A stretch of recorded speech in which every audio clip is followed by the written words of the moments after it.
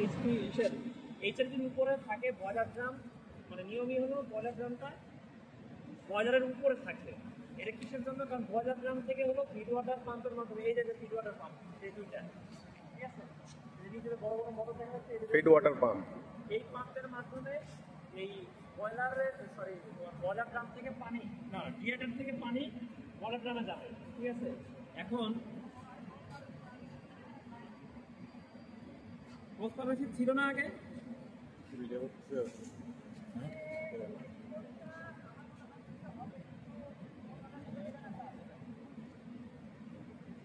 আমি ক্লোজ বাটনটা মানে প্রেস করার মতো পারমিশনটা, যদি ধরো কোনো কারণে এই পাম্পগুলো ট্রিপ করে, এখানে কিন্তু দুইটা পাম্প আছে রিডান্ডেন্ট, একটা ট্রিপ করে আরেকটা চলবে।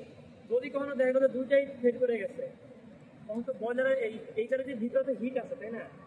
এখন হিট যদি থাকে, টিউব তো গরম, টিউবের ভিতরে পানি থাকতে হবে। এখন যদি কোনো কারণে টিউবের ভিতরে পানি না থাকে, তাহলে কি টিউবটা ড্যামেজ হয়ে যাবে না? ঠিক আছে, এখন ওই টিউবটা যাতে ড্যামেজ না হয়, এই জন্য বয়লার ড্রামটাকে উপরে বসানো হয়, যাতে বয়লার ড্রাম থেকে গ্র্যাভিটেশনাল প্রেশারের কারণে টিউবের ভিতরে আগের মতো ফ্লো না থাকলেও যেন পানির উপস্থিতি থাকে। এই জন্য বয়লার ড্রামটাকে সবসময় এইটার উপরেই বা বয়লারের উপরেই বসানো হয়। যেমন এই যে এইটা কিন্তু হলো কাঁচের বয়লার, ঠিক আছে, কাঁচের বয়লার হলো বয়লার ড্রাম, ওইটাকে বয়লারের উপরে থাকে, সব জায়গায় এটা বয়লারের উপরে থাকে।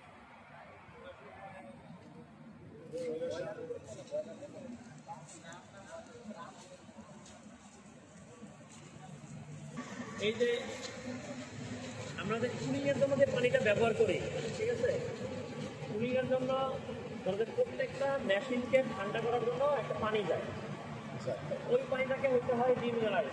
কারণ ওই যদি স্পেলিং হয় তাহলে তো তোমার পাইপলাইন ব্লক হয়ে যাবে, এই জন্য ডিমিনারাইজ ওয়াটার আমরা ব্যবহার করি। এখন ডিমিনারাইজ ওয়াটার যখন কোনো মেশিনকে ঠান্ডা করে, যেমন ধরো যে এটা হলো লুব অয়েল কম্পার্টমেন্ট, এই যে নিচে যেই চেম্বারটা দেখা যাচ্ছে এই কম্পার্টমেন্টের নিচে, এটা লুব অয়েলের ট্যাঙ্ক, এর মধ্যে লুব অয়েল আছে। লুব অয়েল তো স্বাভাবিকভাবে লুব্রিকেশন করে, র্যাপিং করে, হাইড্রোলিক অয়েল হিসেবে কাজ করে। লুব অয়েলের প্রেশারে টেম্পারেচার বেড়ে যায়, টেম্পারেচার বেড়ে গেলে এটা ঠান্ডা করতে হয়। ঠান্ডা করার জন্য আমরা এই ডেমি পানিটা ব্যবহার করি। ডেমি পানিটা যখন লুব অয়েলকে ঠান্ডা করে, তখন কী হবে, ডেমি পানির টেম্পারেচার বেড়ে যাবে, তাহলে এটাকে তখন ঠান্ডা করতে হবে, ঠিক আছে।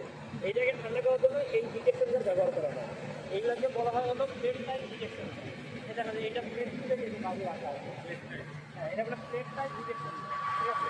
এইটার এক সাইডে, এই প্লেটের এক সাইড দিয়ে ডেমি পানি যাবে, আরেক সাইড দিয়ে যাবে হলো তোমার নর্মাল পানি। নর্মাল পানি বলতে কি, এটাকে বলছে র ওয়াটার।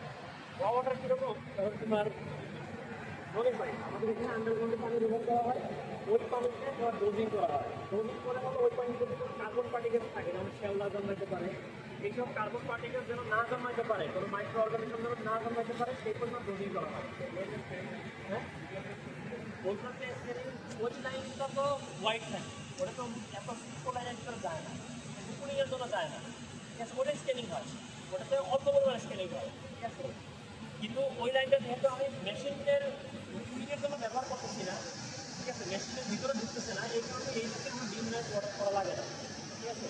তো এইটা আমরা ডোজিং করা হয়, ডোজিং করার পরে ওই পানিটা এসে এই প্লেটগুলো, এখানে যে প্লেটটা আছে, এই প্লেটের এক পাশে থাকতে হলো ডেমি পানি, আরেক পাশে থাকতে হলো ওই র ওয়াটার পানি। যেহেতু রটা হলো ঠান্ডা, ঠিক আছে, ডেমিটা গরম, মানে কি ওই হিটটা এক্সচেঞ্জ হবে, ডেমি হিটটা রটে যাবে, এইভাবে ধাপে ধাপে ধাপে এইখানে তোমার কতগুলো প্লেট আছে এটা এখানে দেখা আছে।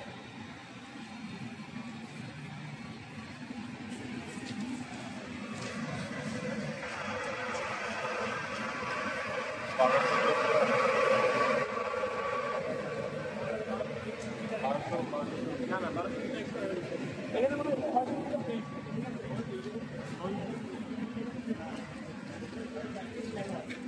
তোমার ওই প্রত্যেকটা প্লেটের ধাপে ধাপে ঠান্ডা হইতে হইতে পানিটা যখন বের হয়ে যায়, তখন দেখা যায় এই পানিটার টেম্পারেচার 3 থেকে 5 ডিগ্রি সেলসিয়াস কমে এই হিটের ফিল্টারে। তো তারপর ঠান্ডা হলে সেই পানিটা আবার মেশিন ঠান্ডা করার জন্য যায়, ঠিক আছে। হ্যাঁ হ্যাঁ হ্যাঁ, 3 থেকে 5 ডিগ্রি এটার জন্য অনেক কিছু। এরপরে আমাদের ওয়াটার ট্রিটমেন্ট প্ল্যান্টের এদিকে ওয়াটার ট্রিটমেন্ট প্ল্যান্টের সেট পারভেজ যে ক্লাস ছিল তোমাদের, তাহলে আমাদের এখানকার মানে সিনিয়র টিচার, এখানে হলো তোমার ওই পানির যে মিনারেলস ইউজ করার যে প্রক্রিয়া, এটা পুরোটাই হয় হলো এইখানে।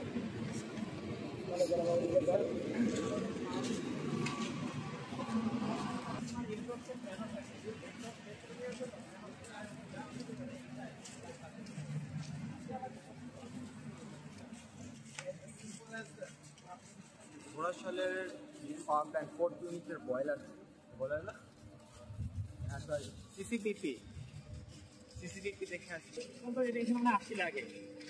এই যে উপরে হলো জেনারেটর, ঠিক আছে? জেনারেটর থেকে হয়তো 3টা বাস দাগ বেরোচ্ছে, ঠিক আছে?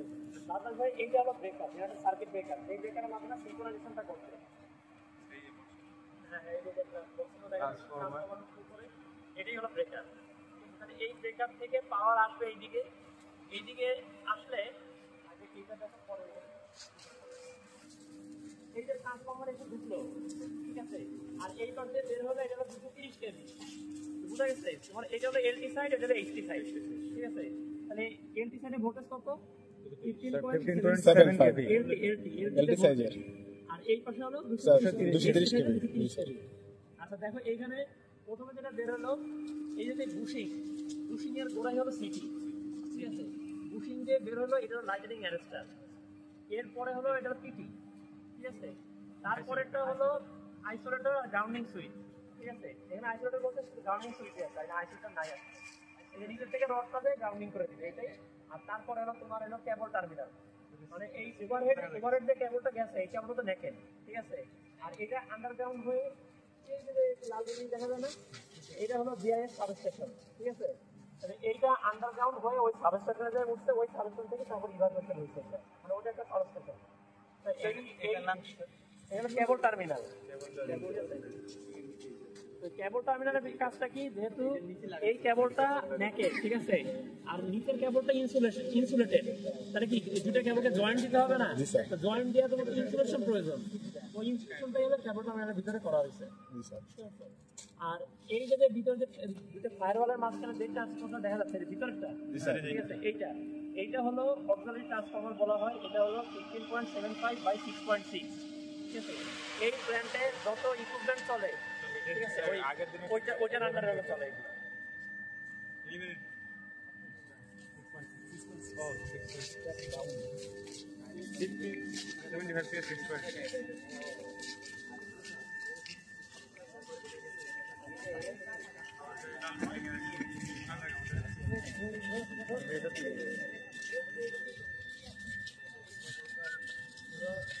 একটা বিদ্যুৎ কেন্দ্রে বিভিন্ন ভাগ থাকে, যেমন ডিবিসি ওটা দেখলাম না, মানে কয়েকটা ভাল্বের খেলা বললাম না, এরকম অনেক প্রকার ভাগ থাকে।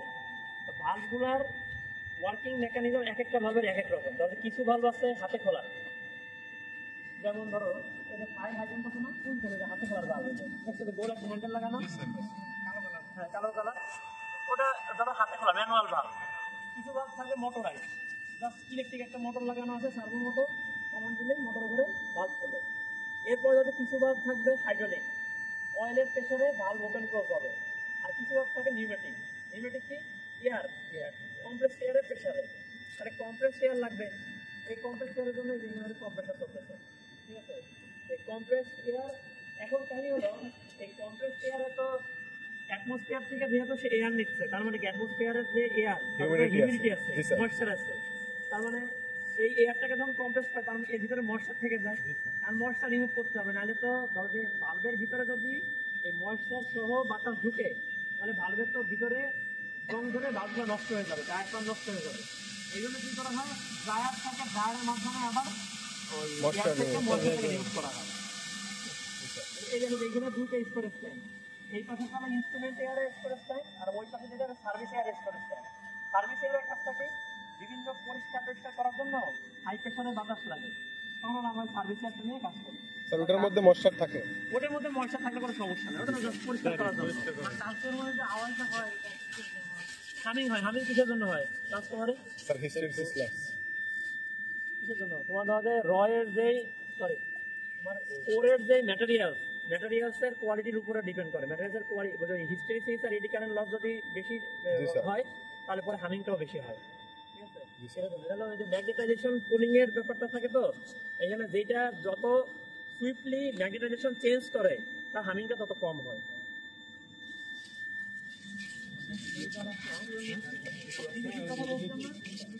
স্যার জি জি জি স্যার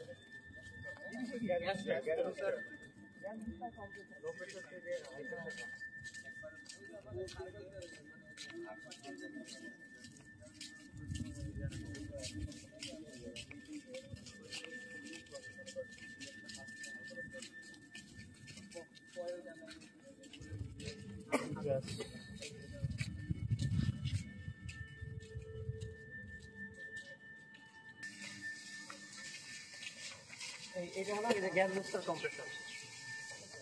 এই যে দেখা যায় এই যে নীল যেটা বডি দেখা যায় সিমেন্স লেখা, এটা হলো মোটর। এই মোটরটা একটা মোটর, এটা কত মেগাওয়াটের হতে পারে বলুন তো দেখি?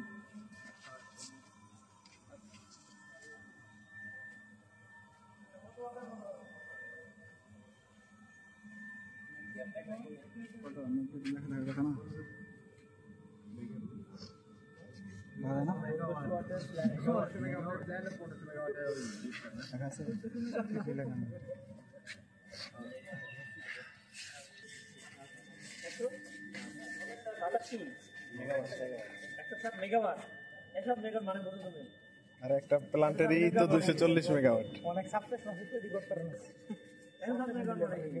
বাড়ি কোন জায়গায়? হ্যাঁ, মানিকগঞ্জ। মানিকগঞ্জের হোল জেলার ডিমান্ড 107 মেগাওয়াট হবে।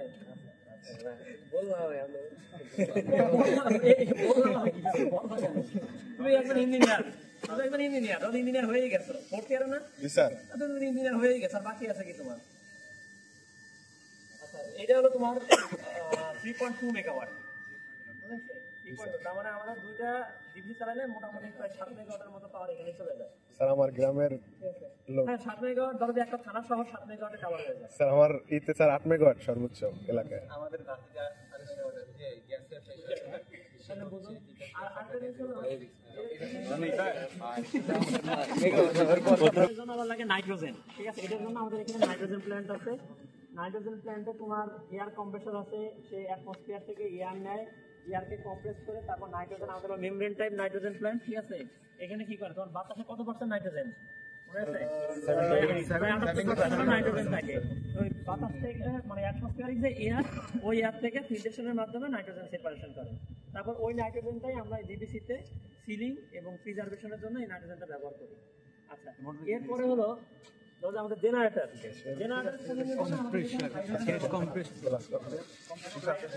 গ্যাস আনি ওটা হচ্ছে 0.6 থাকে হচ্ছে এটার প্রেশার। আমাদের লাগে হচ্ছে আমাদের লাগে 3.6 ওই একটা 0.6 সাপ্লাই দেয় 3.2 লাগে।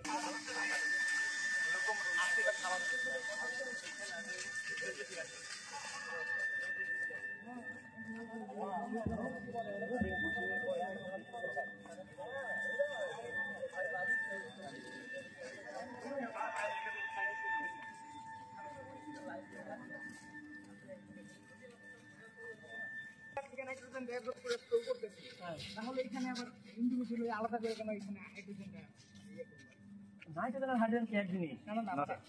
এক ইয়ার থেকে যেহেতু আসতেছে মানে না, হাইড্রোজেন কি এয়ার থেকে আসে? হাইড্রোজেন তো পানিকে ইলেকট্রোলাইসিস করে তৈরি করা হয়। হাইড্রোজেন তো এয়ার থেকে আসে। আগে কোশ্চেন বুঝো তারপর কোশ্চেন করো। হ্যাঁ, কনসেপ্ট বুঝো। হাইড্রোজেন ঘুরে বেড়ায় বা তাহলে তো বেটা গ্যাস বেলুন বাতাস দিয়েই ভরা যেত। আরে বানাবি বেটা বিজ্ঞানী স্যার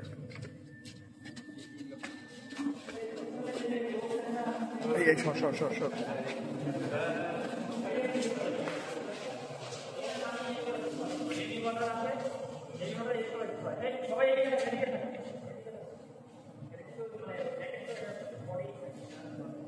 হাইড্রোজেন বানায় দেয়।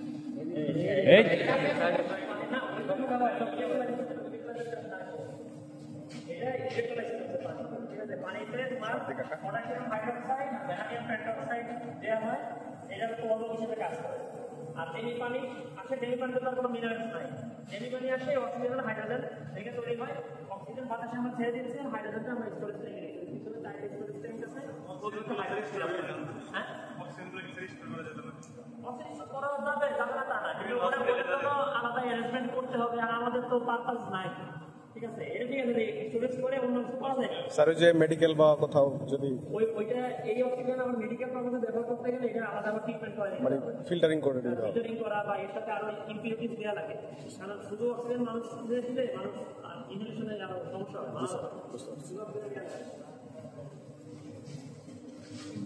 অক্সিজেন দেওয়া যায় না, হ্যাঁ কি একটা জিনিস তৈরি করতে আল্লাহ মানুষ, হ্যাঁ এই জন্য তো এয়ারে সবকিছু মিক্স।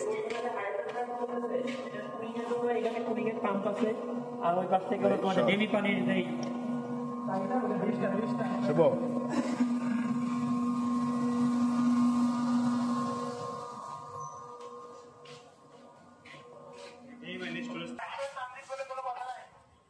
হাইড্রোজেন প্ল্যান্টের কন্ট্রোল রুম।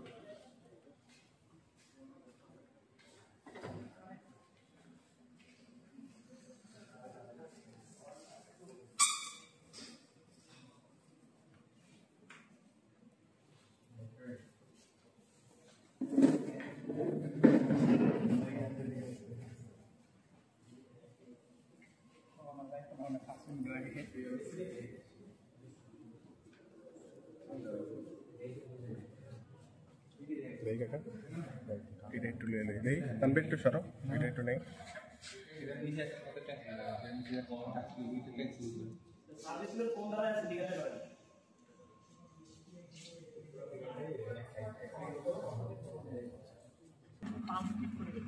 স্যার কোনটা?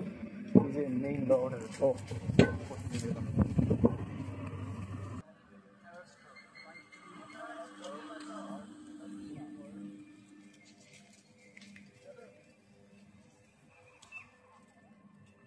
এই বিল্ডিংটা হলো আমাদের ইলেকট্রিক্যাল কন্ট্রোল বিল্ডিং, যে আমাদের জেনারেটরের প্রোটেকশন প্যানেল, তারপরে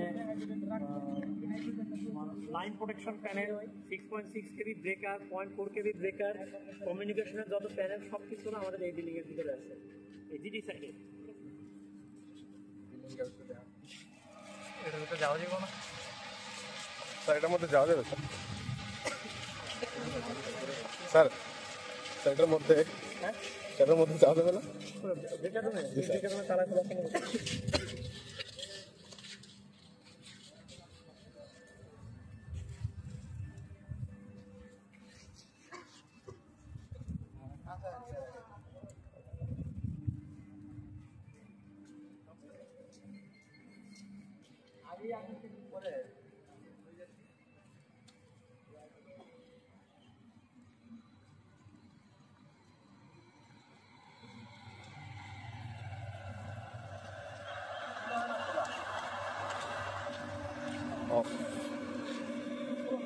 অফ থাকার কারণে ব্রেকার রুম দেখতে পারলাম না আমরা। এটা হলো জিটি রিয়ার ইনটেক, স্যার এটা যে ফ্রেমটা দেখা যাচ্ছে এটা হলো জিটি রিয়ার ইনটেক। কম্প্রেসর যে বাতাসটা নেই, জি স্যার। হ্যাঁ এটা যে বাতাসটা দেখে এখানে ফিল্টার বসানো হবে।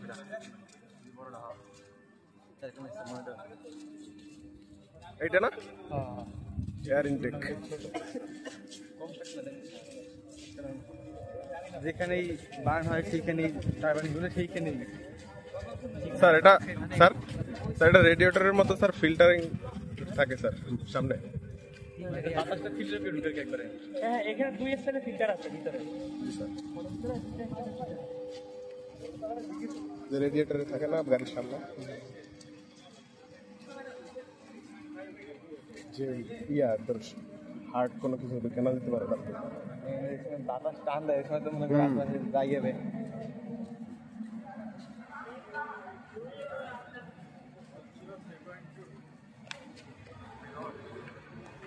কি জিটিসি?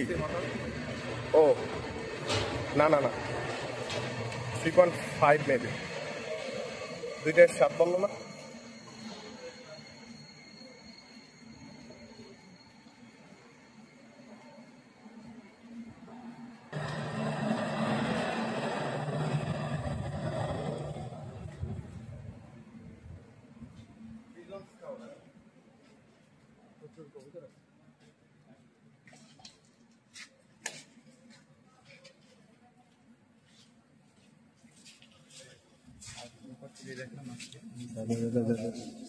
এই হলো গ্যাসটা ভাই। যে কালকে উপর দিয়ে যেতাম না গ্যাস টারবাইন এই পাশটা হলো কম্প্রেসর, ঠিক আছে? এটা হলো যে কম্প্রেসর চেম্বার, এই যে 18টা ক্যান বলছিলাম না? জি স্যার। এই 18টা বানানো এই যে এই পাশে হলো ওই 3টা স্টেজ, তার মানে যে 3টা স্টেজ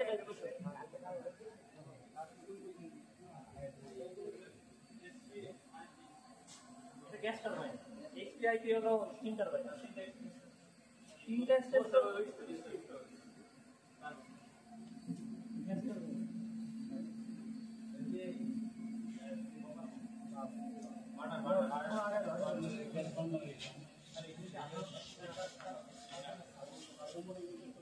কালকে উপর থেকে দেখলাম সাবুন টারবাইন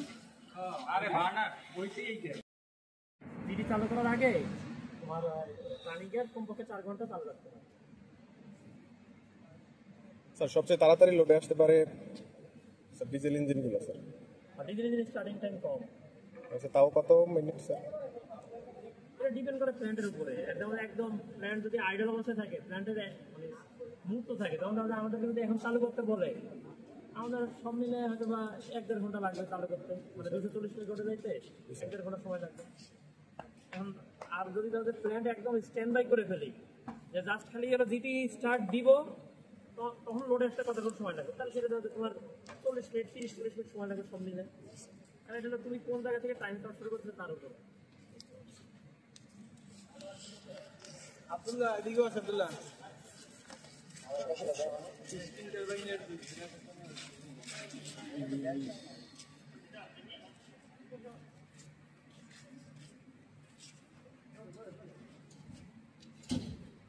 স্যার এই জায়গার যে এটা হলো ইনলেট ব্লিড হিট।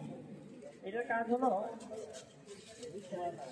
ওইখান থেকে গরম বাতাস নেবে, কম্প্রেসরের ডিসচার্জ। কম্প্রেসরের ডিসচার্জ মানে হলো কম্প্রেসরে 18টা স্টেজ না, 18টা স্টেজের পরে যে বাতাসটা আছে, এই বাতাসটাকে নিয়ে সে আবার ইনলেটে দিবে। এটা কখন করে? এটা কখন মানে এটা হয় হলো ধরো তোমার যে দেশে অ্যান্টি ফ্রিজিং করার জন্য করে, আমাদের দেশে অ্যান্টি ফ্রিজিং গুলো কিছু থাকবে না, আমাদের দেশে তো তুষারপাত হয় না। আর আমাদের দেশে এটা কখন হবে? আমাদের এটা হয় হলো 120 মেগাওয়াটের নিচে যখন চালানো হয়, কম্প্রেসরের এফিসিয়েন্সি তো ফিক্সড, ঠিক আছে? তুমি যেটা করতে পারবা, কম্প্রেসরের শুরুতে ওই ইনলেট গাইড ভেন আছে, আইজিভি বসানো আছে। আইজিভি ক্লোজ করলে বাতাসের ফ্লো কমবে, মানে অল্প বাতাস ঢুকবে। অল্প বাতাস ঢুকলেও তোমার কম্প্রেসরে তো কম্প্রেস করে ওটা তো প্রেশার বাড়াই ফেলবে। তাহলে পরে তোমার তো যখন লো লোডে চালাবা, তখন তোমার বেশি বাতাসের দরকার নাই, অক্সিজেনও কম দরকার, তোমার ওই যে ওয়ার্কিং ফ্লুইড যেটা সেটাও কম দরকার। তাহলে পরে এত বাতাস আসলে তখন বাতাসটাকে কি করবো? এই হলো বাতাসকে বাইপাস করে দেওয়া হয় এই জলের মাধ্যমে। স্যার স্যার এই জায়গায় স্যার যে প্ল্যানগুলো আছে স্যার এফজিএমও মোটে কটা চালানো যায়? এফজিএমও মোড হলো আমাদের এই 3-4-7 গভর্নর মোড মানে এই জায়গাটা একটু দেখে দাও, এটা একটা বদল করে।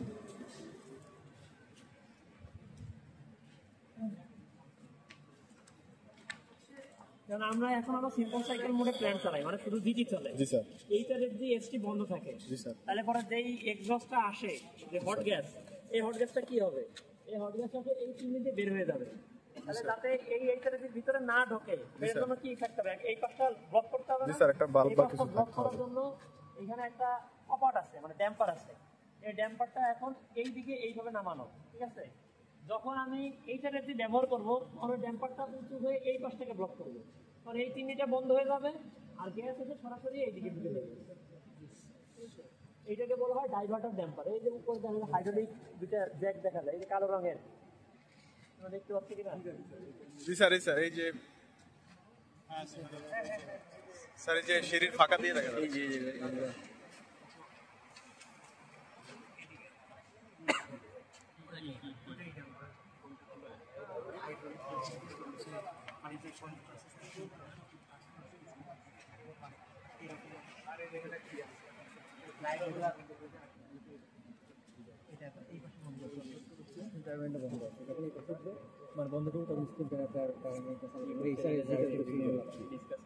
এখন হচ্ছে সরাসরি বাইরে বার করে দিচ্ছে, এখন 16 টারবাইনের ভিতরে ঘোরাবে না। কেন ওর ডিসকাশন হচ্ছে।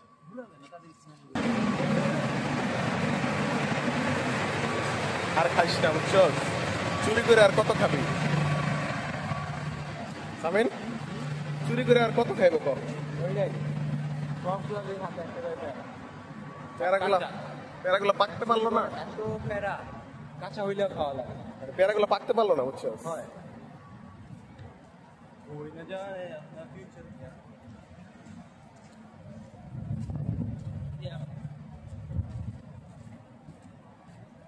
চোর চোর, প্যারা চোর। আশুলিয়া থেকে ঘোড়াশালা এসে প্যারা চুরি করে খায়। কাঁচা প্যারা। আজকে আমরা উঠতেছি, কালকে না এসেও কোনো ক্ষতি হয় না, হ্যাঁ? সাবস্ক্রাইব করে দেবো, কিসে বল? আনসাবস্ক্রাইব করে দেবো। ওকে, ওয়াচ টাইম দিলি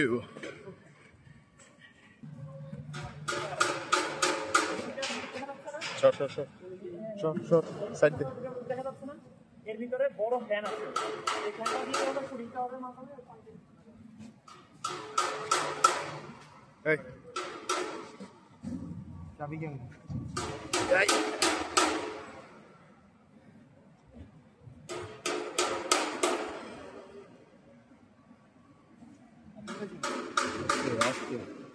এই আস্তে আস্তে।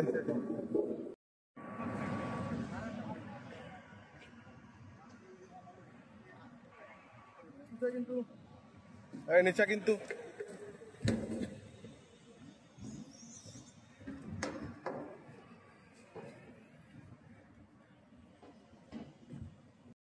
না, প্রতিদিন সকালবেলা জগিং এ বেরোবো।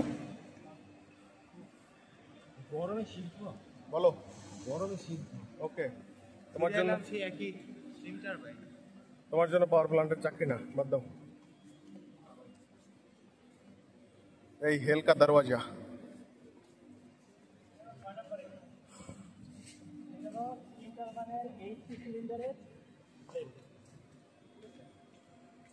স্যার হাই প্রেশারের আসলে বয়লার থেকে আর এই থেকে একটু সেম যাবে না।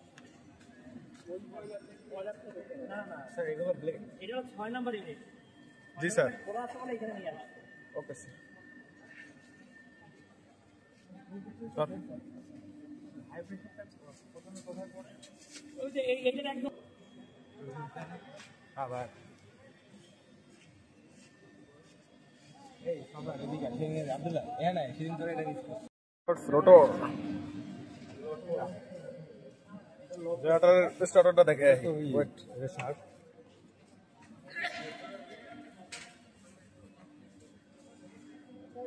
জেনারেটরের স্টেটর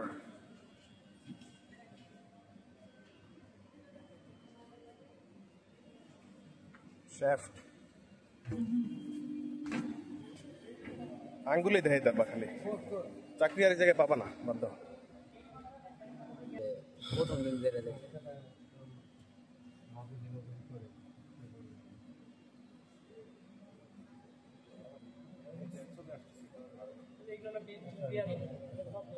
দেখি এসব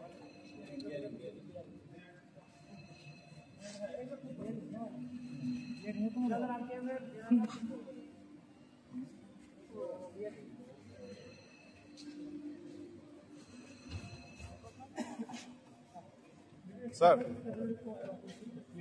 স্যার স্যার আমাদের পোল কয়টা স্যার এটা? স্যার পোল কোনটি? স্যার পোল দুইটা স্যার। হ্যাঁ, দুইটা 3000 আরপিএম এর যত জেনারেটর হবে এগুলো সবই দুই করে হবে।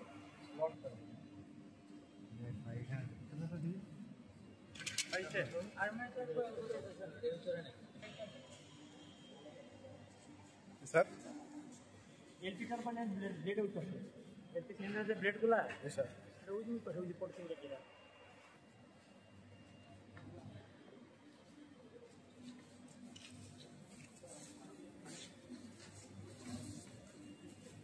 স্যার স্যার এই স্পিডটা হচ্ছে অনেক ছোট, স্পিডটা ছোট, হ্যাঁ, এই তার প্রেসার হাই, ব্লেড ছোট। তারপরেরটা হচ্ছে বড়, এরপরেরটা আরো বড়। এলপির ব্লেড সবচেয়ে বড় হবে, মানে সবসময় লো প্রেসারের ব্লেড বড় হবে, জি স্যার। হাই প্রেসার ব্লেড ছোট হবে। Intermediate pressure is medium.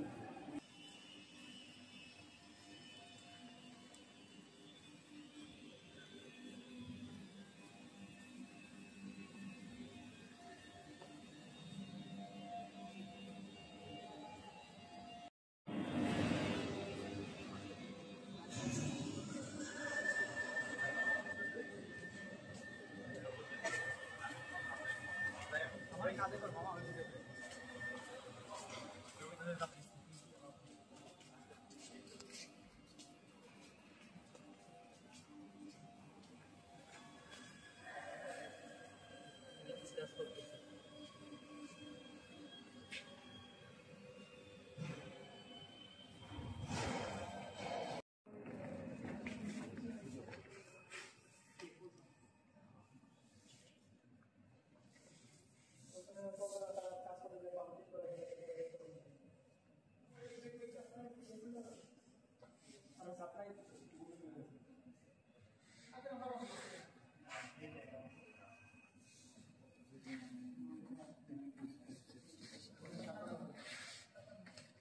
Power system যে ব্যান্ড লেভেল গ্রাফ দিচ্ছিলাম ওইটা সেরা।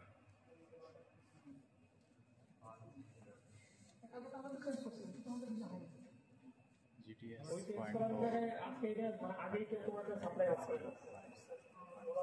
তখন বাদ করে দিয়েছে।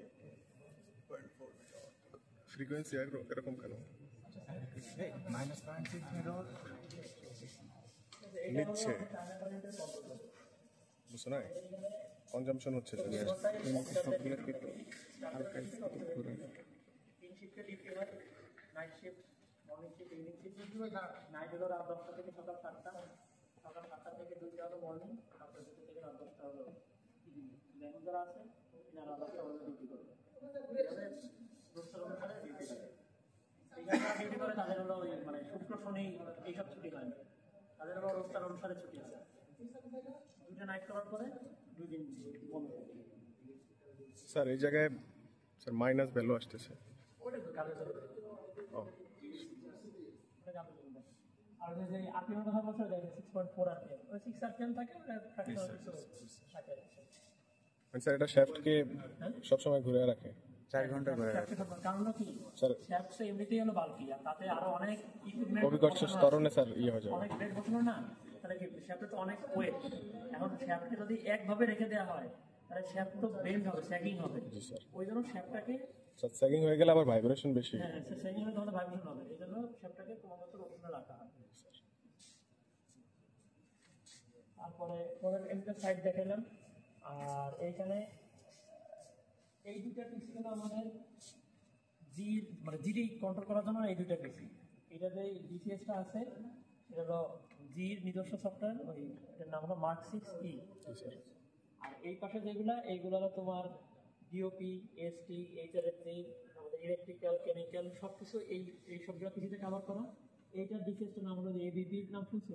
জি sir, ABB। Plus sir Indian না এবিবি? না না, এবিবি ইন্ডিয়ানে, এবিবি সমস্ত সুইজারল্যান্ডের। ও আচ্ছা। আপনারা যদি থিওরিটিক্যাল কভার করতে আপনাদের যদি কোনো প্রশ্ন থাকে প্রশ্ন করতে হবে। স্যার স্যার এই গ্রাফগুলা স্যার গ্রাফগুলা হলো এগুলো এক একটা গ্রাফ এক একটা, যেমন ধরো স্যার মানে আমরা ম্যাটল্যাবে স্যার ওই যে ফল্টের করছিলাম গ্রাফ। এটা যেমন ধরো যে টারবাইনের স্পিড, তার কথা হলো টার্নিং এর মোটরটা চলতেছে, টার্নিং এর মোটর ঠিক করে গেল, তাহলে এখানে যে আছে সেই ইলেকট্রন বুঝবে কিভাবে টার্নিং এর ঠিক করছে। তাহলে দেখবে যে ওইটার আরপিএম যেটা দেখায় সেটা নেমে যাবে।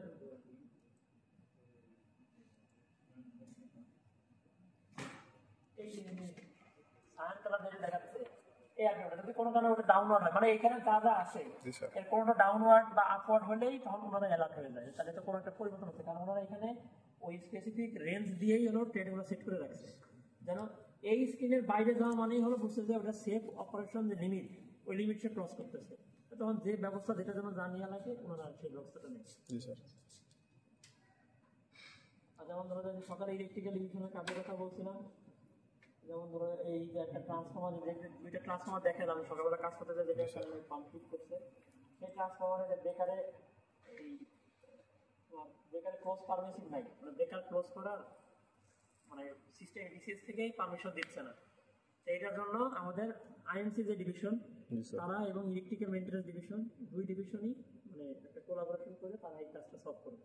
তাদেরকে বলা হয়েছে তারা তাদের সময় মধ্যে এসে এটা সলভ করে দেবে, তারপরে আমরা এই ট্রান্সফরমারটা চার্জ করবো। মানে চালু করা বন্ধ করা এগুলো হলো অপারেশনের মূল কাজ, ঠিক আছে। আর হলো কোনো সমস্যা থাকলে সেই সমস্যাকে ফাইন্ড আউট করে স্পেসিফিক ফাইন্ড আউট করে তারপরে হলো এই যে ওয়ার্কটাকে থ্রো করাটা হলো অপারেশনের কাজ, আর ওই কাজটাকে সম্পন্ন করাটা হলো মেইনটেনেন্সের কাজ। কারণ আমরা শুধু এটা বললে হবে না যে এই এয়ার লিক করতেছে, এয়ারটা কোথায় লিক করতেছে এটা আমাদেরকে বের করে দিতে হবে। তো তারা এসে সেটা এয়ার লিক সারাজন দাদা করতেন, তার সেটা করবে। তাদের কোনো কারণে প্রেশার লো, প্রেশারটা কেন লো, ঠিক আছে, হয় তোমার সাকশনে আসতেছে না ঠিক মতো, অথবা লাইনে কোথাও লিকেজ আছে এই কারণে প্রেশার লো, এরকম বিভিন্ন কারণ থাকবে। আমাদেরকে কারণটা ফাইন্ড আউট করে তারপরে বলতে হবে।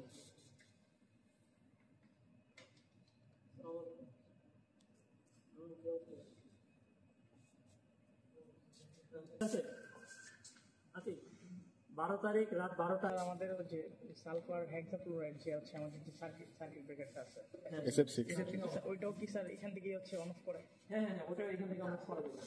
স্যার এত কম আরপিএমে ঘুরেও স্যার মানে 50 হার্টজের কাছাকাছি মেইনটেইন করতে ওটা তো ওই যে যেটা আমরা দেখলাম না, এটা তো লাইনের এই যে এই জায়গা আর সিনক্রোনাইজ করার জন্য তাহলে রিপোর্ট করে হ্যাঁ আরে স্যার এনএলডিসি কে স্যার এই জায়গা থেকেই সব রিপোর্ট দেওয়া হয়, হ্যাঁ আর কোনো সমস্যা হলে এই জায়গায় রিপোর্ট জানায় তারা। মানে প্ল্যান্টের এই 4 নম্বর ইউনিটের মূল কার্যক্রম সব এখান থেকেই হবে। স্যার ওই জায়গার ফ্রিকোয়েন্সিটা স্যার এটা এই লাইনের ফ্রিকোয়েন্সি। এটা গিরের ফ্রিকোয়েন্সি, আচ্ছা জি স্যার। গিরের ফ্রিকোয়েন্সি। তারপরে আর কি প্রশ্ন? সরি স্যার এই যে SF6টা স্যার দেখাইছিলেন।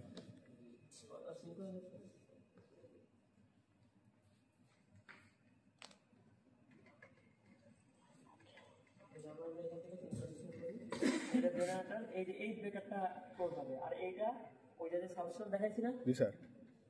ওই সাবস্টেশনের সাথে কানেক্টেড আছে। ঠিক আছে, এই যে এই ব্রেকারটা, এই ব্রেকারটা এটা সেম ব্রেকার 52 এল। আমরা জাস্ট এই ট্রান্সফরমার থেকে পাওয়ার আসবে, ভোল্টেজ আসবে এখানে, আমরা ব্রেকারটা ক্লোজ করে দিব, গ্রিডে পাওয়ার চলে যাবে। এখন গ্রিড থেকে পাওয়ার এসে এই ট্রান্সফরমারের মাধ্যমে এখন চলতেছে। ঠিক আছে, তার মানে এই ট্রান্সফরমারটা বাই ডিরেকশনালি আমরা ব্যবহার করি। জি স্যার। যখন আমরা জেনারেট করি তখন এই দিক থেকে এইদিকে যায়, আর যখন বন্ধ থাকে তখন এই দিক থেকে এইদিকে আসে। জি স্যার। তারপরে আর কি বুঝতে পারছি বাবা? স্যার এখন স্যার জেনারেশনের জায়গায় কনজাম্পশন আসছে। কনজাম্পশন থাকবে, এরকম সিস্টেম এইটা। কনজাম্পশন না থাকলে পরে জেনারেশন আসবে না। জি স্যার। আমি সবকিছু বন্ধ করে রেখে দিব, যখন চাবে তখন আমি লোড দিতে পারবো না, এটাই স্বাভাবিক। সেটা রেডি রাখতে হবে। তারপরে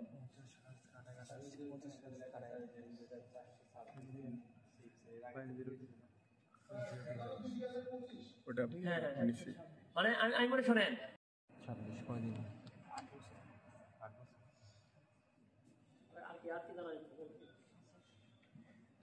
আর কি জানা যাচ্ছে না স্যার। শেষ করে দেন। জি স্যার।